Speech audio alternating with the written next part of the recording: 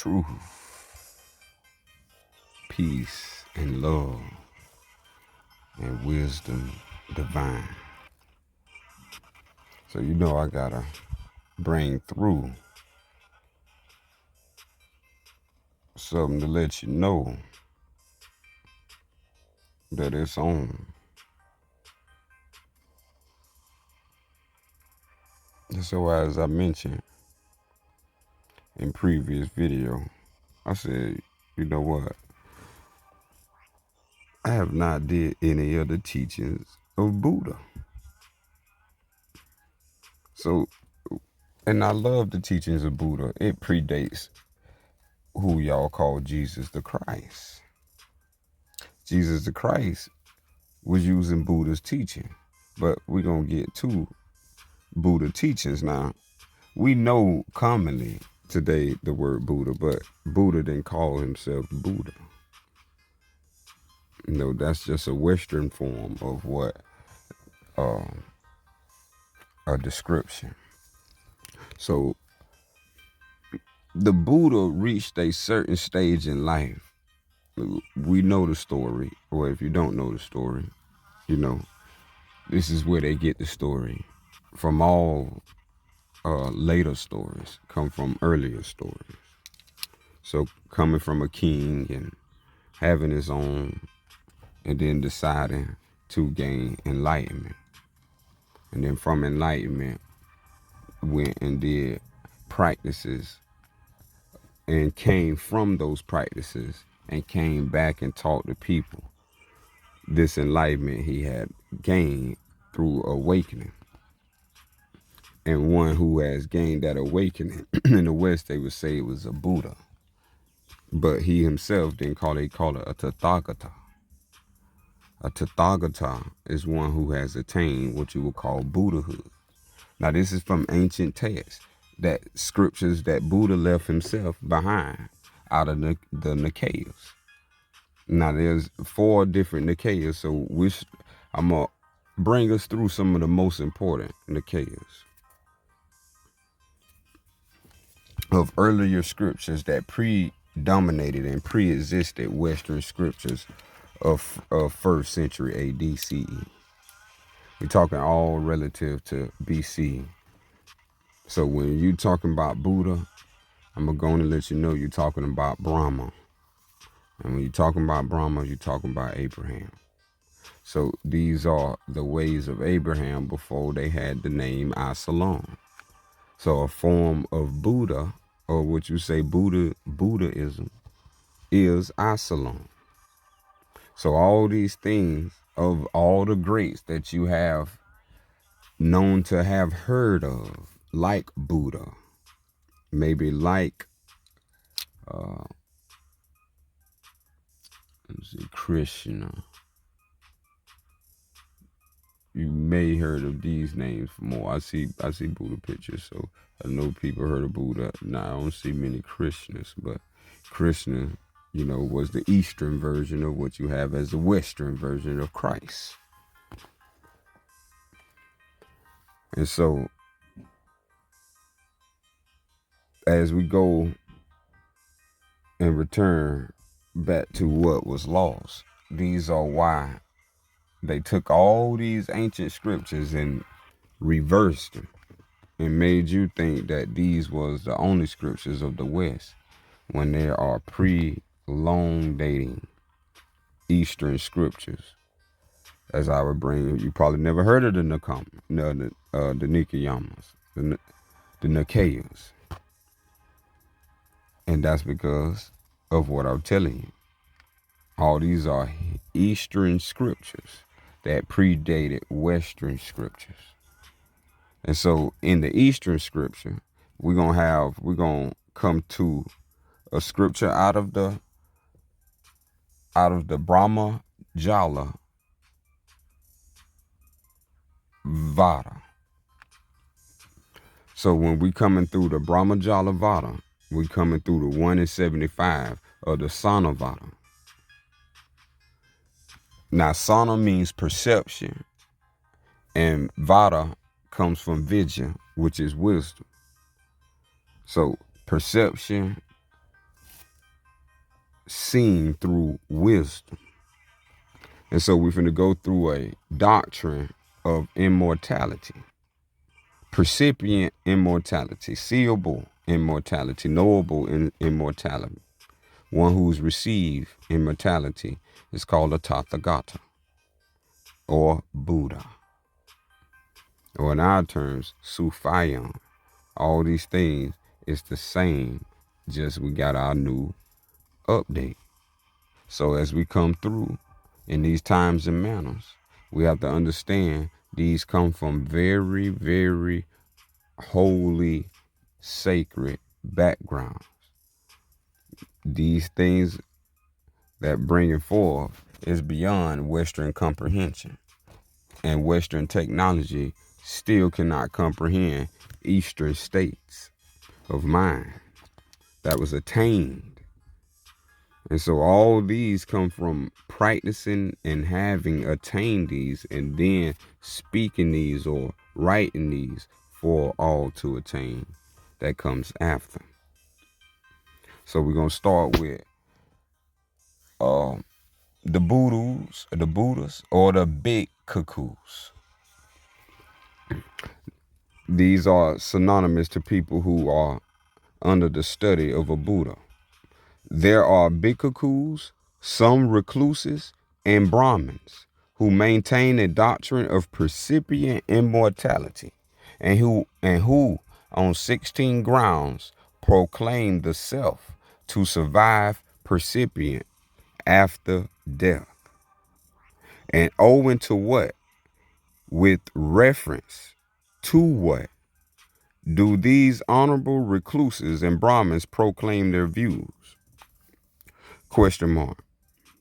76. They proclaim the self is immutable after death, percipient, and we're finna go into the 4 times 4. Okay. I can get it right now. One moment. Oh, it's already out the car. Yep.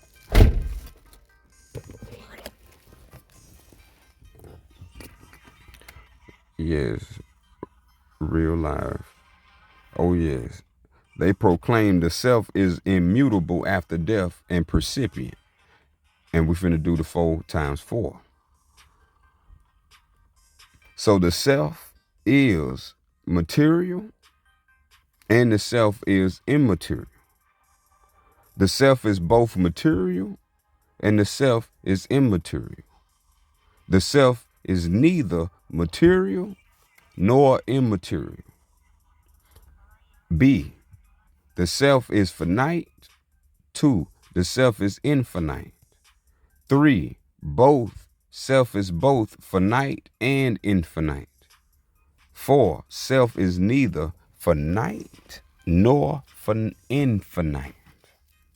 C, 1, self is of uniform perception, collective perception. 2, of diversified perception, divided perception. 3, of limited perception, restricted perception. 4, self of boundless perception. All possibilities. Move to section D. 1, exclusively happy. Self is exclusively happy. 2, self is exclusively miserable. 3, self is both happy and miserable. 4, self is neither happy nor miserable. Now 77, it is on these 16 grounds that those recluses and Brahmins who maintain a doctrine of percipient immortality proclaim the self to survive percipient after death. Now we're getting into some deep scholarship. Whatever recluses or Brahmins maintain a doctrine of percipient immortality, all of them do so on these 16 grounds, or on a certain one of them. Outside of these, there is none.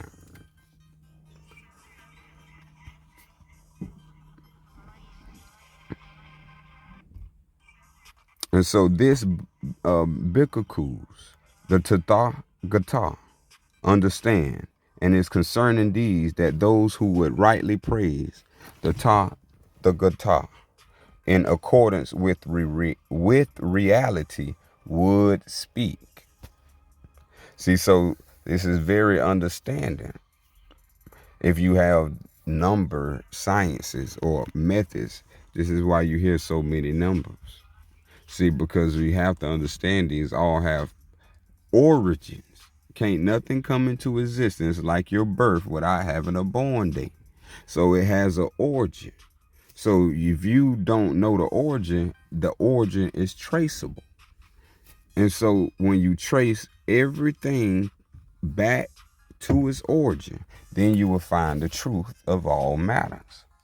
Some of them take longer than others, especially when it comes to literature.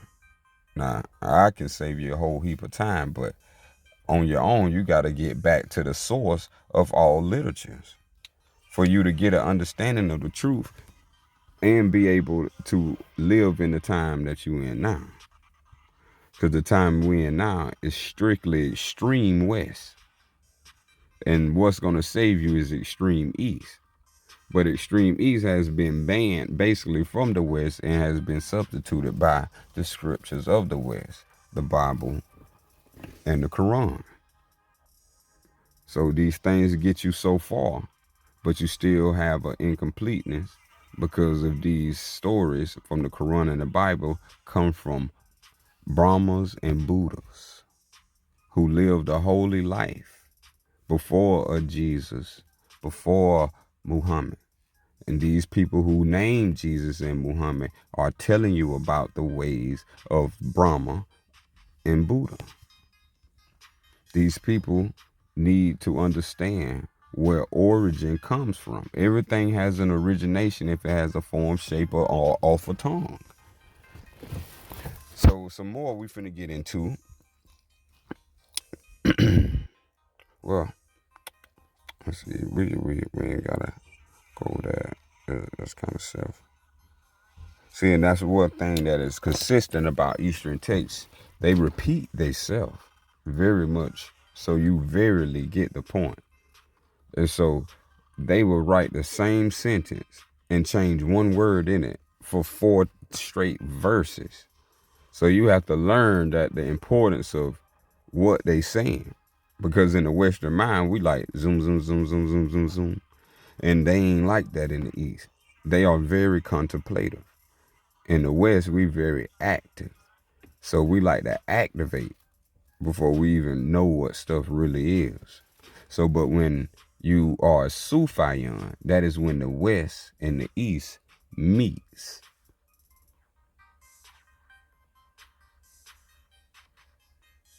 So you ain't lost in materialism. You ain't lost in spirituality. You the truth, the divine truth, the balance in between neither sides. So now let's see. Let's talk about what we read. And all those things that we just named, they list them out and write about them in sentence form. So we're going to go through a few so you don't get so bored by hearing the same redundancy, but you got it on recording so you can see it for yourself. So now we're going to go into the Yucca Devata. Now the Yucca Devata is about understanding annihilationism. So now when you hear the Western concept of nihilism, this is where it's coming from. All the Western words come from Eastern words. And if you don't know that, then you don't know the origin. And you're stuck in Latin. You're stuck in especially Latin. And so these things come from wrong sources. You have to understand, if you want right understanding, you got to get the right source. And so when we're talking about the right understanding, it comes from the right names. And so the right names is the true name, is the true power itself. Not what someone tells you, but you understanding the true name. Like Tathagata or Tathagata. These are, or you got Isa and you got Jesus, just like you got Buddha. So these things, they pervert in the name of these people in order for you to not understand pre-sectarian texts. Sects have took over the world everywhere, from Quran sects to Bible sects, and all these sects come, their source of text come from pre-sectarian bases, but they won't tell you that. But the actual source of the text lets you know everything you need to know. But if you get a version or a secondary source, then we don't have the primary. So right now we finna go into 84. There are bhikkhus, some recluses and Brahmins, who are annihilationists, who on 7 grounds proclaim the annihilation and destruction and extermination of an existent being. And owing to what? With reference to what? Do these honorable recluses and Brahmins proclaim their views? 85. Herein, bhikkhus, a certain recluse or a Brahmin, asserts the following doctrine and view. The self, good sir, and let me state, in the East, in their primary source, see, just like the Rig Veda, like things like this, the Sama Veda, Upanishad, these are Eastern scriptures. And all these Eastern scriptures don't talk about God. God in these Eastern scriptures is self. They are acknowledging reality.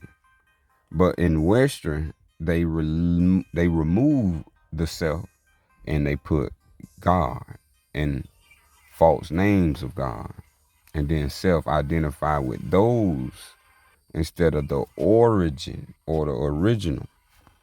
So this is what we're doing. We bringing it back to the original, so you understand. Oh, Buddha. I ain't heard nobody say a Tathagata, a Tathagata. See, this is to let you know. This is when people really know, and they actually have the text, or they know the names of these texts. And in these texts, this is what it says. None of this is made up.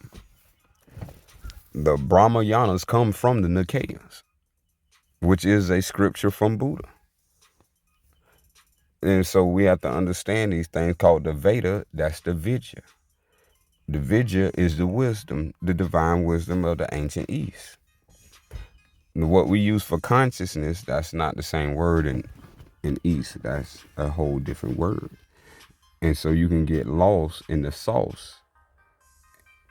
So we don't want to get lost in the sauce, so you have to go to the original. You got to know who your mom and daddy is, in other words. All right. So the self, good sir, has material form. It is composed of the 4 primary elements and originates from father and mother. Since this self, good sir, is annihilated and destroyed with the breakup of the body and does not exist after death, at this point, the self is completely annihilated. In this way, some proclaim the annihilation, destruction, and extermination of an existent being. 86. To him another says, there is, good sir, such a self as you assert, that I do not deny. But it is not at the point that the self is completely annihilated. For there is, good sir, another self, divine, having material form, pertaining to the 6th sphere, feeding on edible nutriment, that you neither know nor see, but I know it and see it.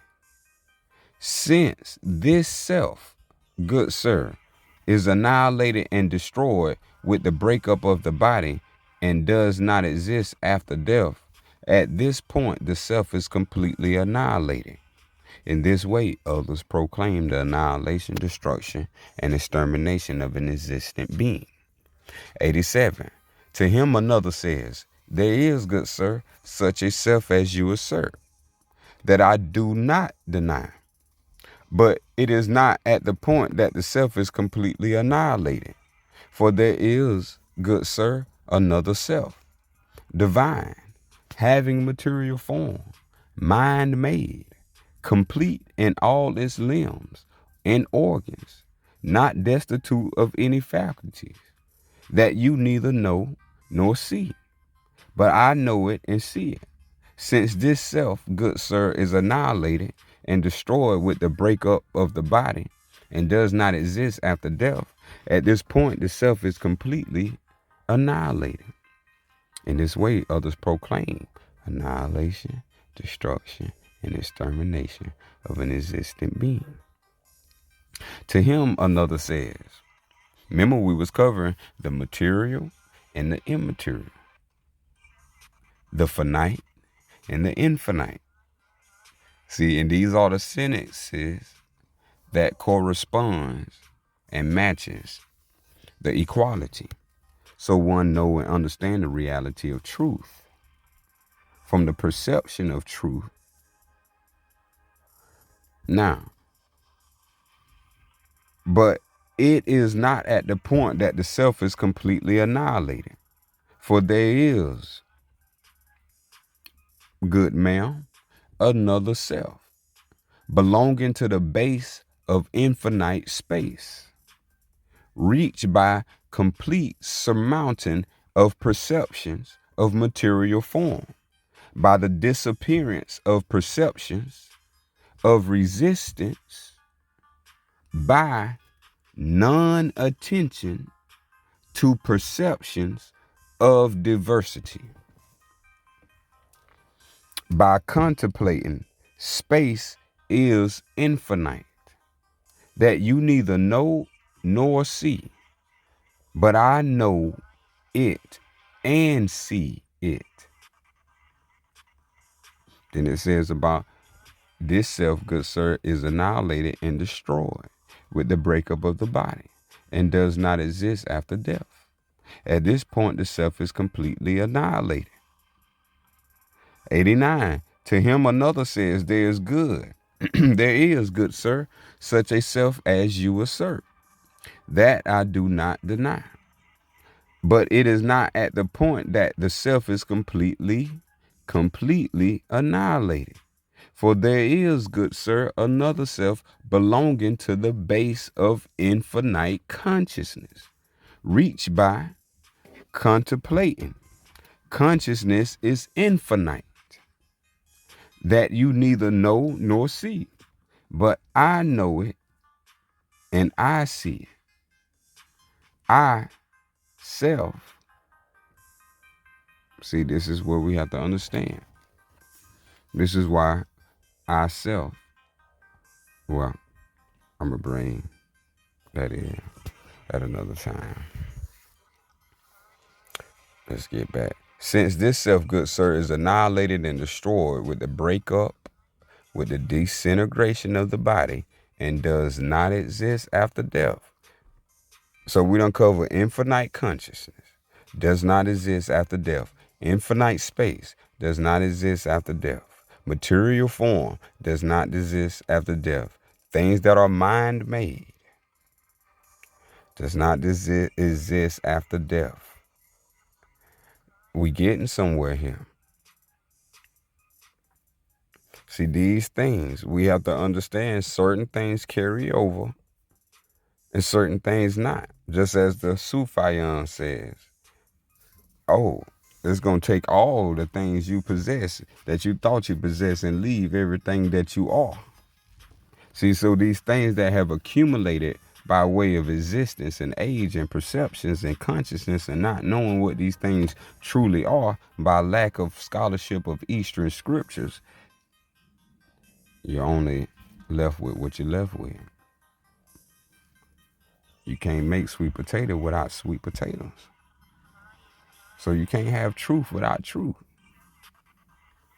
So we have to understand, why are these so deeply pondered on? Let's see.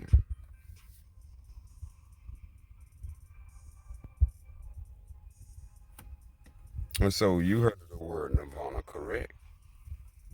Nirvana is a Eastern word. A Eastern word that belongs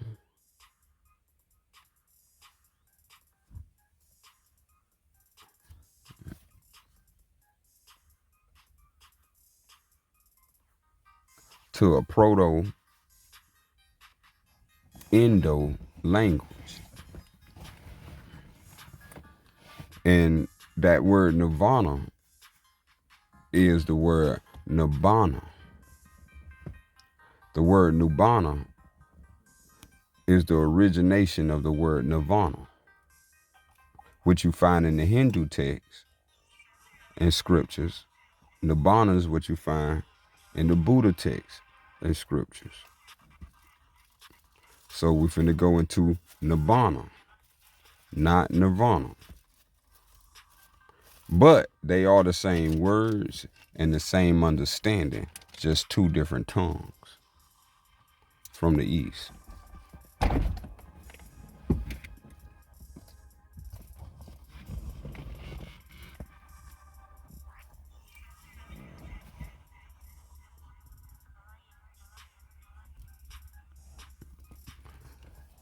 Some recluses and Brahmins who maintain a doctrine of nibbana, here and now, and who, on 5 grounds, proclaim nibbana, here and now, for an existing being, and owing to what? With reference to what? Here in Buddha's, a certain recluse or a Brahmin asserts that following doctrine of you, when this self, good sir, furnished and supplied with the 5 strands of sense pleasures, revels in them. At this point, the self attains supreme nibbana, here and now.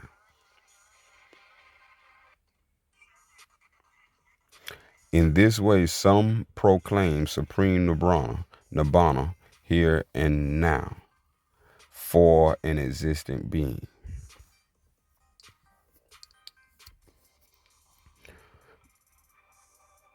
Good sir, and on 95, such a self as you assert, that I do not deny.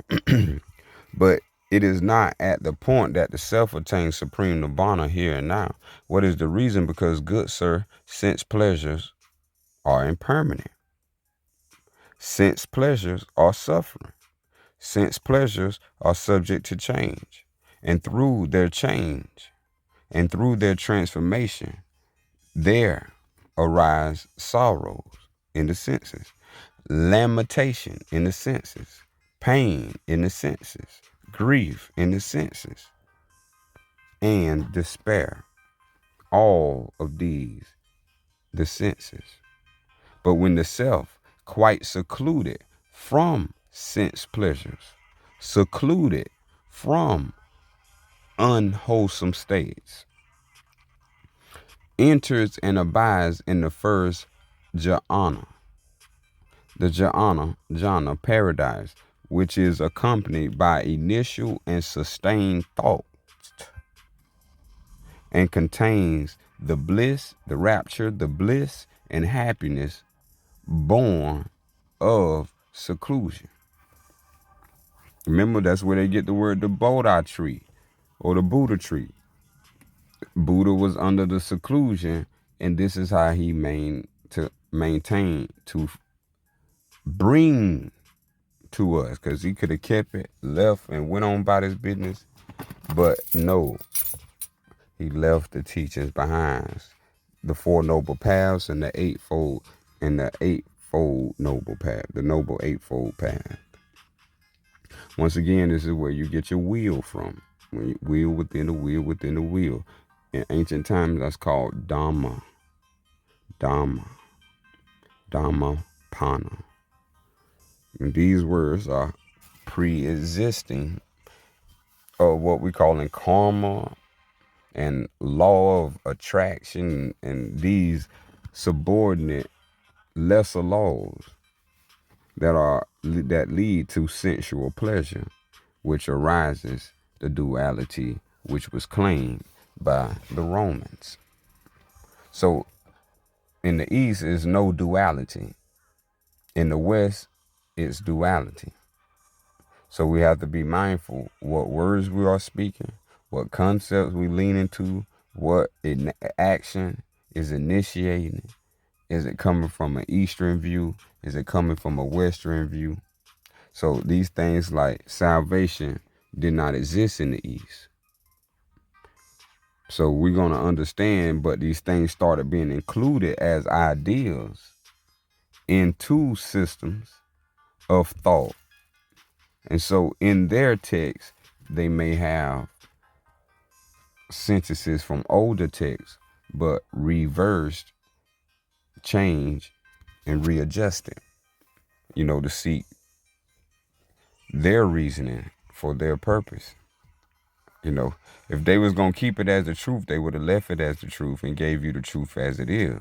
But if they made a version, then you got to know that they have a benefit and an intended use and the intended target. And those who gave it to you are going to be the benefactors.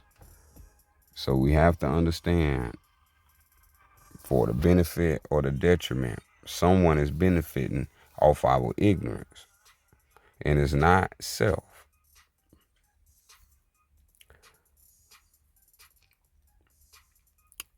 "96, to him another says, there is, good sir, such a self as you assert, that I do not deny. But it is not at the point that the self attains supreme nibbana, here and now. What is the reason? Because that jhana contains initial and sustained thought. Therefore, it is declared to be gross.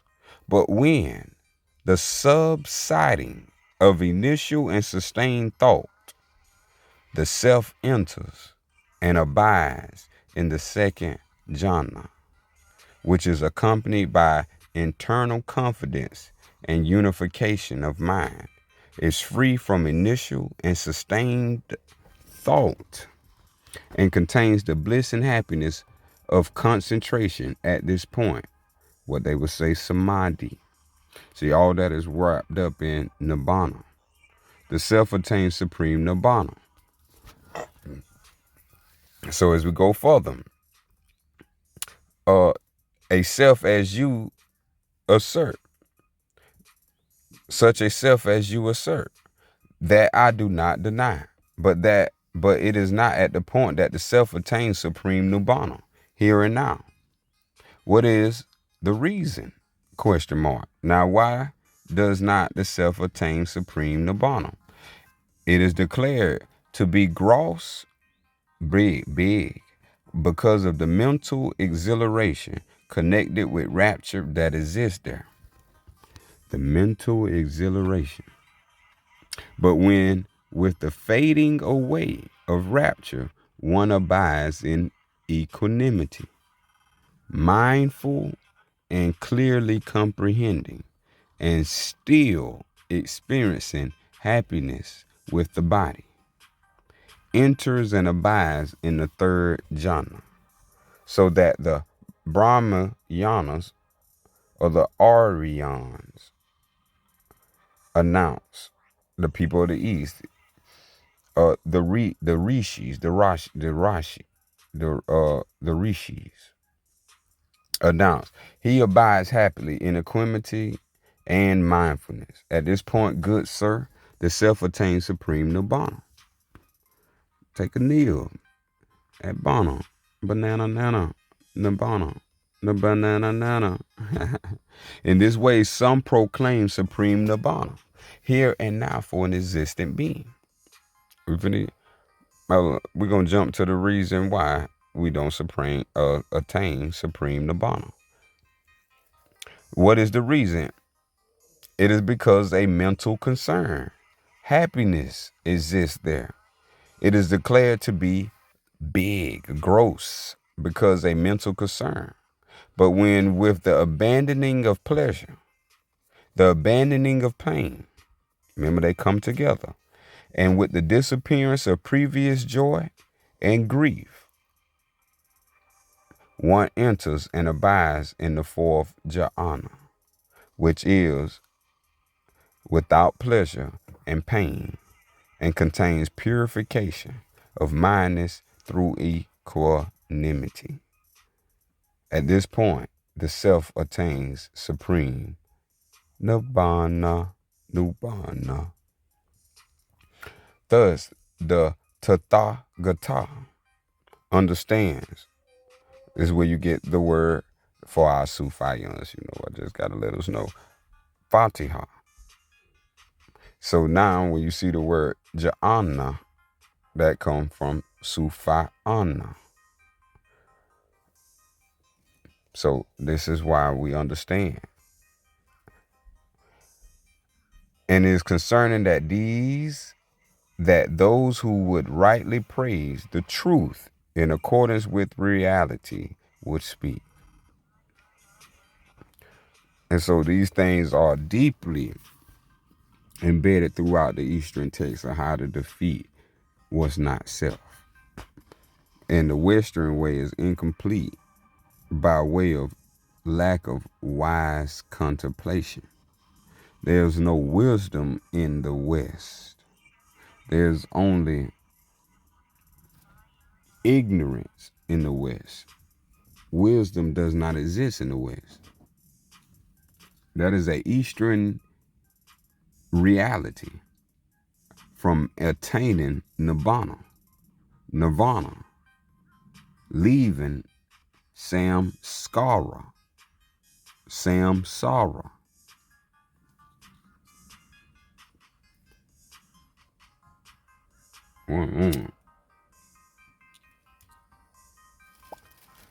As we get live, okay, Unta,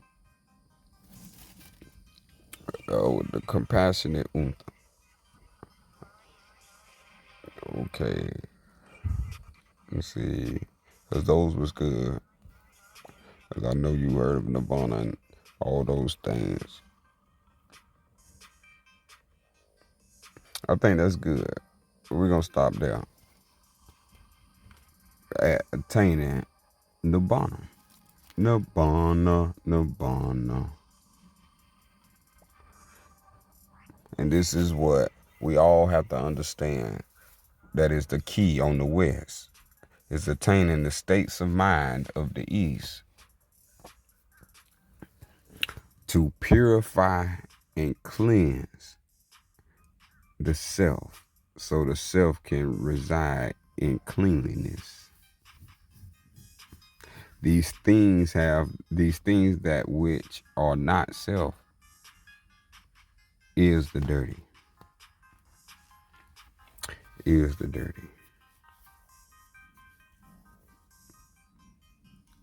So as a Sufayan, I Salam, and Wadu.